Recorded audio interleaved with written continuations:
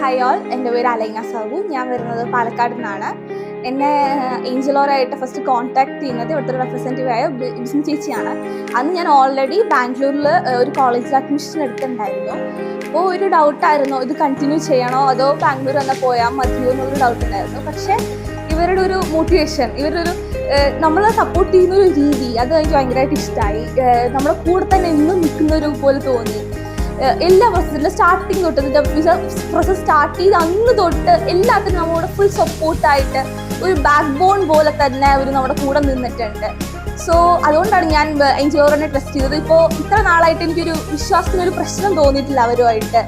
നമ്മളെപ്പോൾ വിളിച്ചാലും ഒരു ഫോൺ എടുക്കും, അതാണ് മെയിൻ ഒരു ഇത്. നമ്മൾ എല്ലാ ഏജൻസിക്കാരും അങ്ങനെ എടുക്കണമെന്നില്ല, പക്ഷെ അവരെപ്പോഴും നമ്മുടെ ഫോൺ വിളിച്ചെടുക്കും, നമ്മളോട് സംസാരിക്കും.